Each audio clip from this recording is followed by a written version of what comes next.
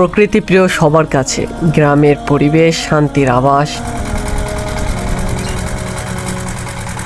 গ্রামের মনোরম পরিবেশ হৃদয়কে আকৃষ্ট করে।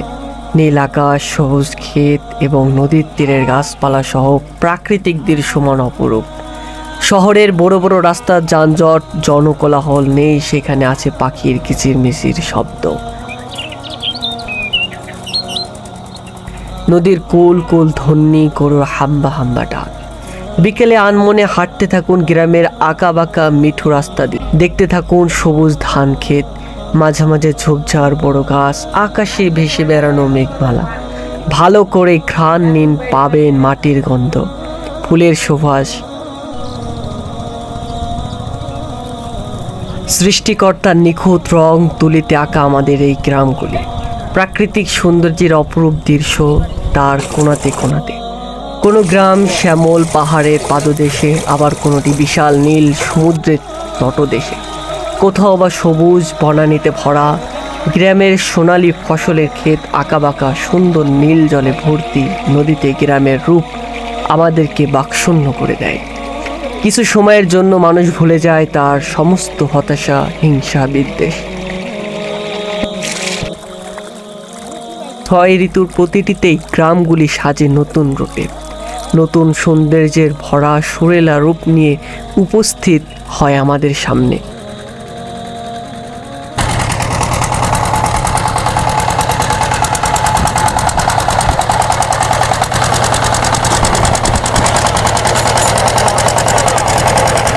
ঋতু নির্ভর ফসল, ফুল, উৎসব যেন এক একটি অলংকার, যা গ্রামের রূপকে আরও মনোমোহিনী করে তোলে। গ্রীষ্মের আম, জাম, কাঁঠালের সুবাসে ভরে ওঠে। এখন আমি দেখাবো যে বক, সুন্দর সুন্দর বক দেখা যাচ্ছে। এই বকগুলো এখন ভিডিওতে দেখাবো। রাস্তাটা একটু কঠিন।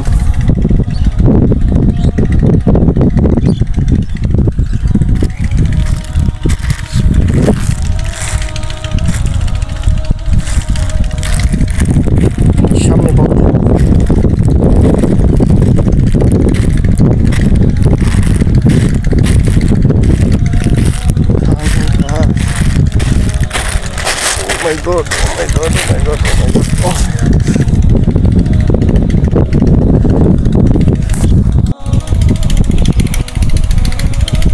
এই যে বক।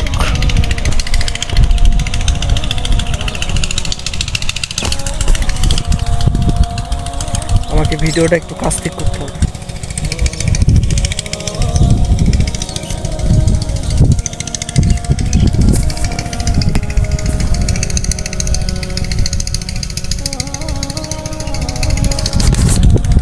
ভাবছি কাছে গেলে বকগুলো যদি উড়ে যায়, কিন্তু কাছে টানলে সেমন ক্লিয়ারও দেখা যাচ্ছে না।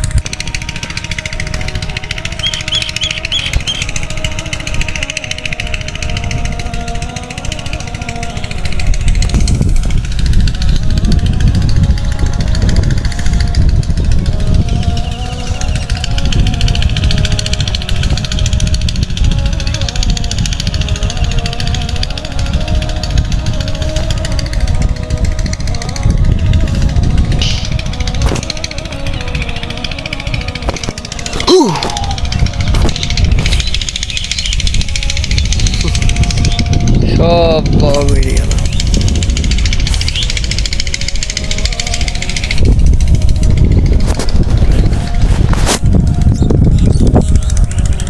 জোস ছিল, জোস।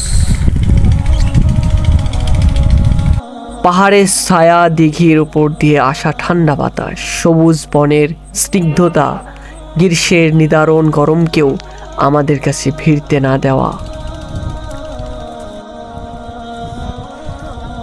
মাঠের দৃশ্য সত্যি অসাধারণ। আজকে মাঠে আমার কোনো কাজ নাই, এসেছি আমার এক বড় ভাইয়ের সাথে। তার মাঠে পানি দেওয়ার দরকার, তো তার সাথে আসলাম এবং এই যে একটা মাঠের একটা ভিউ নিলাম। তো এই কারণেই মাঠে আসা। এটা হচ্ছে সেই পানি।